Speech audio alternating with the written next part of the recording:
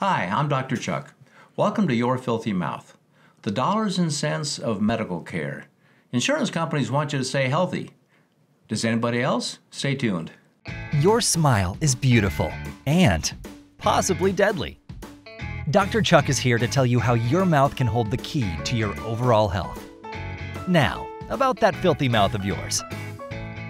Hi, welcome to Your Filthy Mouth. I'm Suzanne Lynn with Dr. Chuck. And Dr. Chuck, your intro really has my mind going here. First of all, why wouldn't anybody want you to be healthy? There's a television commercial on right now from, I think Allstate has it, and there's a gentleman sitting on a chair in the middle of the road, and he says, the facts are all auto insurance companies want you to drive safely. They don't want accidents. Well, why is that? The more premiums you pay and the less claims they have to pay, the more money they're going to make. Okay. Makes good sense. Is the same thing true with medical insurance companies? Absolutely. Medical insurance companies want you to stay healthy. In fact, one of the things we'll be looking at today, this is from United Concordia Dental, the white paper is called The Mouth, the Missing Piece to Overall Wellness and Lower Medical Costs. Okay. So do medical insurance want you to be healthy? Absolutely. Again, they'll make more money. Well, you can't get money, you can't get premiums from dead people, right? Well, yeah, and you're going to pay a lot less. You're going to make a lot less money as an insurance company if you're paying out a lot of claims. So the healthier you are, the more money they're going to stay because you're staying out of the hospital. Okay. That leads me to the question of who wouldn't want you to be healthy then? Well, let's see. Who stands to make money if you stay unhealthy? And I know this is almost cynical on this thing, but when we start looking at it, do hospitals want you to be healthy? I think good hospitals want you to be healthy. Mm-hmm. I think caring doctors, we have a lot of caring doctors out there. We have caring hospitals, they want you to be healthy. And then we have others that might have another motive on that. And when you think about it, our last episode that we talked about, why don't hospitals have dentists? Mm-hmm. Because according to this study, there's an awful lot of illness in the body that is caused from problems in the mouth, and these are problems that we can do something about. My thing is, I can't focus on things that we can't do anything about. Right. I don't know how to do anything about pancreatic cancer. It's horrible. 50,000 people a year die from pancreatic cancer. About 600,000 people a year die from heart attacks. And according to the researchers, about 50% of those are caused by oral infections. We can do something about oral infections. Mm-hmm. And there's something that the patient can do, there's something the physician can do, and there's something the dentist can do to really decrease oral infections in our population. So when you mention the hospital, unlike insurance, we're not paying premiums to the hospital. They're getting paid upon seeing people, fixing people, caring people. Well, that's how they make money, Right. and they get their money mostly from the insurance companies, some from private pay, but the majority of hospital payments come from insurance companies. Okay. If you look at, this is again from United Concordia, they look with coronary artery disease. And by the way, this information is on the website. We've got a PDF that you can download. You can look, we got links, so this is so you can look at all of it yourself and go over it with a fine-tooth comb, see what they have to say.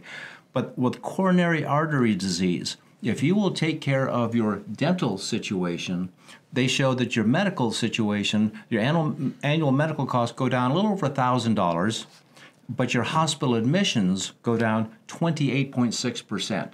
Wow. That's a lot, just incredible. by having a healthy mouth. Right. Now, that's with coronary artery disease. So we could kind of do, when we call this dollar and cents, it doesn't have to be S-E-N-S-E. It's also C-E-N-T-S. C-E-N-T-S, yes. Yeah. It's only big sense. Yeah. So cerebral vascular disease.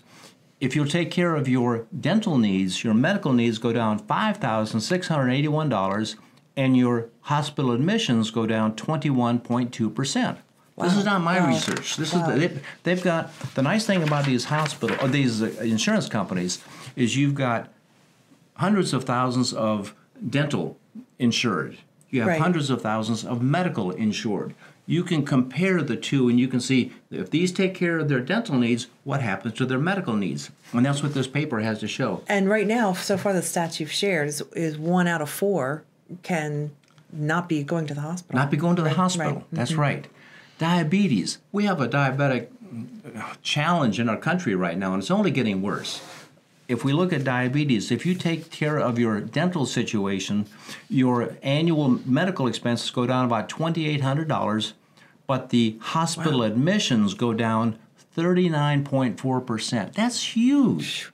Yeah, I mean, they have no reason to skew these numbers. I mean, this truly is, they are comparing the medical with the insurance. They want you to be healthy. Right. Again, realize the insurance company wants you to be healthy. And also on, if I can turn the page here, the outpatient drug cost for diabetic patients goes down about $1,477. Again, so your outpatient costs decrease by taking care of your oral situation. Pregnant women, oh my gosh, your annual medical costs with a healthy mouth go down $2,433 on average. Wow. So we look at a lot of diapers and a lot of baby care that you can buy with that. It's an awful lot. So again, the insurance company has the motivation to keep you well, to keep you healthy. Just like the auto insurance, they have motivation for you not to be in an accident. Right. They want you not to be in an accident. Medical insurance companies want you not to get sick. I don't understand why more physicians aren't pushing oral health with their patients. Now, there are some excellent physicians that really do this, but they're hard to find. Right. And that's the whole purpose we're doing this, is to try to connect the dots between oral care and the rest of your body. I'm having a hard time going back to the fact, because in hospitals, there are doctors. Don't they take an oath to... Part of the Hippocratic Oath actually says if they come across something that they don't know how to treat, they will seek the advice of someone who does know how to treat it. Right. Well, if you're not even looking for it, how do you know what's going on? So this is why so many dental infections have I had a new patient this week, nice guy. We did an oral exam on him. 4 dental abscesses going on inside of his jaw. Not one bit of pain from any of them. We're showing him on the x-ray. You can see exactly what's going on. He has no idea these are going on. Wow. Now, had we not done the examination, he would not know that they're going on. But remember, and it's not rocket science, every infection in your body, I don't care if it's in your hand, foot, or your mouth, every infection produces pus. And that pus is being dumped right into your bloodstream, goes through makes its way to the heart, to the lungs, back to the heart, and is pumped everywhere in your whole body. Is that healthy? I mean, again, you don't have to be a rocket scientist to realize that's not okay. Right. So, a simple dentist in a hospital is what you're saying. Yeah, it's I mean, an oral department would be ideal, but could we just please get a dentist in there? Well, at least diagnose that there's an oral issue. It could be gum disease. It could be dental infections. It could be an airway issue. It could be the bite. There are different things that can cause different problems within the body. The hospital doesn't have to be the one to fix it. Right. But it would be nice if they would at least inform the patient, hey, you've got periodontal disease. There's a real good chance that has something to do with your cardiovascular disease. Why don't you go back to your dentist and get that taken care of? And that's just not being done yet. They say that it takes 20 years, we've mentioned this before, 20 years before something is actually proven to be true with medical research before it's implemented into everyday care. Well, it was 19 years ago that the U.S. Surgeon General wrote a large report on oral health in America that basically says you cannot have a healthy body with an unhealthy mouth. You need a healthy mouth. I'm looking forward to 2020 because that'll be 20 years. So we just got a few more months until this is going to be widespread. Well, maybe. One of the ways that's going to help is people who are watching your filthy mouth, sharing that with your dentist, having them speak up and not be afraid. Yeah, this is not about us. This is about you. This is about your family. When one person has a stroke, it doesn't affect just that one person. It affects their entire family. Amen. When one person has a heart attack, it doesn't affect just that one person. It affects their entire family. So when we look at 300,000 people that have deaths that could have been caused from oral infections, how many million people have that really affected in a negative way? So. All right, well, we're going to come back with a question of the week, and Joe's got a good one. Hang on. Right. Here's Dr. Chuck's question of the week. This is Joe. I want to know if there's a problem with using mouthwash several times a day. That is a good question. First of all, Joe, we're going to be sending you one of the Your Filthy Mouth mugs. I have to say that slow because it comes out Your Filthy Mug Mouth if I say it too fast. But thank you for your question. If you send your question in and we use it, you will get one also. But the question, just asking about multiple times using mouthwash, tells me that he's maybe trying to cover something up. Maybe he has bad breath. But is there harm in that? A lot of times that's what's going on. Most bad breath is caused from periodontal disease, gum disease. And so if you can clean up the gum disease, the bad breath goes away. But a lot of people have the idea that if I use the right mouthwash or mouth rinse, I'm not going to have any more cavities and my gums are going to be better. And that's just really not true. You've got to go in there and you've got to clean your teeth. You've got to just spend that 5 to 7 minutes at least one time a day doing a proper job getting the bacteria off of your teeth. The mouth rinse isn't going to take care of that. Now, they've shown that about 26% of the bacteria in your mouth are on your teeth and the rest of the bacteria on your tongue and your gums all around there. So, yes, do mouth rinses help? Yeah, but you can't rely on them to kill all of the bad bacteria. You have to still get in there and remove the bacteria off your teeth. Despite what the TV ads show, that's the magic cure. Well, I don't think there's a magic bullet when it comes to oral health care. Yeah, other than doing the right things.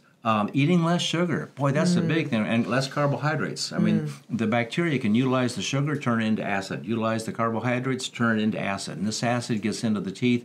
It demineralizes the tooth, causes cavities, affects the gums. So, yeah, our diet, 4 things we need to be healthy. Number 1 is what we eat. Okay, that does play a role. Number 2, a little bit of exercise. Doesn't mean you have to pump iron, but you got to get that body moving. Number 3, a healthy mouth. That doesn't mean a Hollywood smile. You don't need a Hollywood smile to have a healthy mouth, but you need a healthy mouth to have a healthy heart. Okay? And the last thing is your attitude. Attitude does play a big role in our overall health. So those are 4 things. And by the way, all 4 are affordable. And we have control over them. Absolutely. Yeah. All right, Joe, good question.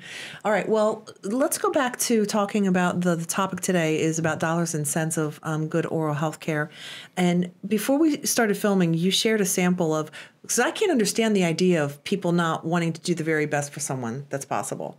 We're talking about maybe in the hospitals, if they can't cure it or they can't fix it, they don't want to diagnose it or something like that. But there are a lot of examples in history where someone has come up with a real good idea, and that idea has been squashed simply because finances, money.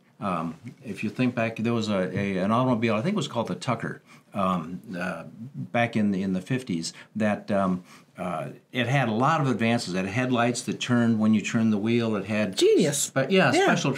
Well, that automobile was eaten up by the big 3, by Ford, GM, and Chrysler. And so we'll look at some other things. If you want to look at, we can get in, on a little bit on the limb here. We'll talk about Tesla. And he had all kinds of information on how we could have electricity for everybody for free. And soon after his death, all of his papers disappeared.